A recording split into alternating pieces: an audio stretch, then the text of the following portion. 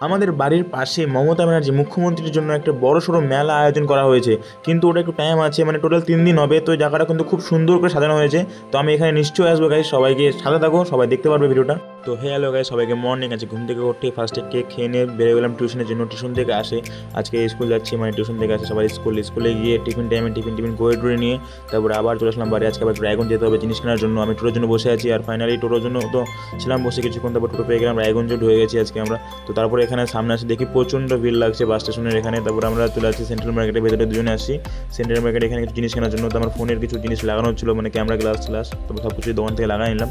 দোকান থেকে লাগাই নিয়ে রায়গঞ্জের গলিতে আবার নেমে বললাম, মানে কিছু বই নিতে হবে, বই নেওয়ার জন্য। তো তারপর বইয়ের দোকানে আসলাম, বই নিয়ে নিলাম কিছু, মতলব 3টা বই নিয়েছি, বেশি বই নেওয়া হয়নি। 3টা বই নিয়ে তারপরে একটু কয়েকটা কাপড় নেওয়ার ছিল, কাপড়ও নেওয়া হয়ে গেল। কাপড় টাপড় নেওয়ার পরে চলে আসলাম আমাদের শ্যামপুর মোড়ে। এখানে একটা মানে কী বলবো, পরার জন্য চপ্পল নেওয়ার জন্য চপ্পল নেওয়া হয়ে রেখেছে। সবাইকে বাই টাটা, এখন বাড়ি যাচ্ছি।